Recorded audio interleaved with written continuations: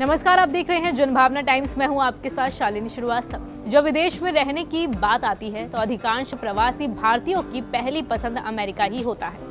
OECD यानी कि organisation for economic cooperation and development की रिपोर्ट के मुताबिक USA पारिवारिक प्रवासियों के लिए प्राइमरी डेस्टिनेशन बना हुआ है। अन्य देशों की नागरिकता पाने के मुकाबले भारतीयों का अमेरिका में नागरिकता पाने का आंकड़ा सबसे ज्यादा है। इंटरनेशनल माइग्रेशन आउटलुक 2023 की हालिया रिपोर्ट के अनुसार आर्थिक सहयोग और विकास संगठन यानी कि OECD 2020 से 2021 में नए भारतीय प्रवासियों के शीर्ष 50 देशों में भारत लगातार दूसरे वर्ष लोगों को विदेश भेजने का मुख्य स्रोत बना हुआ है, जिसका योगदान 7.5% है।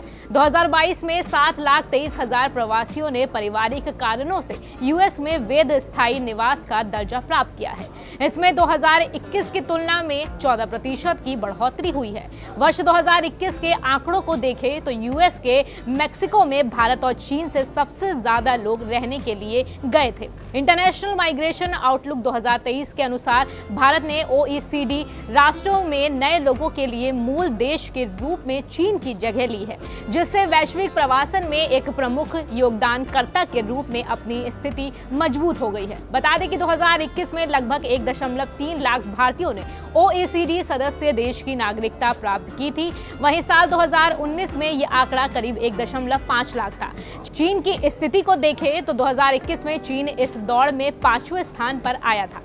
38 सदस्यीय OECD में 3 देश ऐसे हैं जिन्होंने 2021 में सबसे ज्यादा भारतीय प्रवासियों को पासपोर्ट सौंपे थे। उनमें से प्रथम स्थान पर अमेरिका ही था और दूसरे पर ऑस्ट्रेलिया और तीसरे पर कनाडा था। रिपोर्ट्स के अनुसार कई OECD देशों में स्थायी प्रकार का प्रवासन पिछले 15 वर्षों की तुलना में 2022 में सबसे ज्यादा था।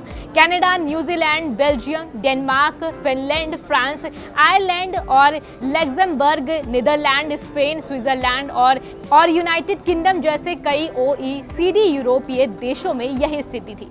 इसके बाद OECD का स्तर 2022 में रिकॉर्ड स्तर पर पहुंच गया था। OECD में नए स्थायी प्रकार के अप्रवासियों की संख्या 2022 में 6.1 मिलियन के सर्वकालिक उच्च स्तर पर रिकॉर्ड की गई। वहीं 2021 की तुलना में लगभग 26% ज्यादा और 2019 की तुलना में 14% ज्यादा की बढ़ोतरी रिकॉर्ड की गई। रिपोर्ट्स के मुताबिक USA और स्पेन ने साल 2021 से 35% के बीच बढ़ोतरी रिकॉर्ड की है। ये भी एक सोचने वाली बात है कि अपने देश को छोड़कर लोग दूसरे देशों की नागरिकता क्यों प्राप्त कर रहे हैं। तो इस खबर पर आपकी क्या राय है, आप हमें जरूर शेयर करें। नमस्कार।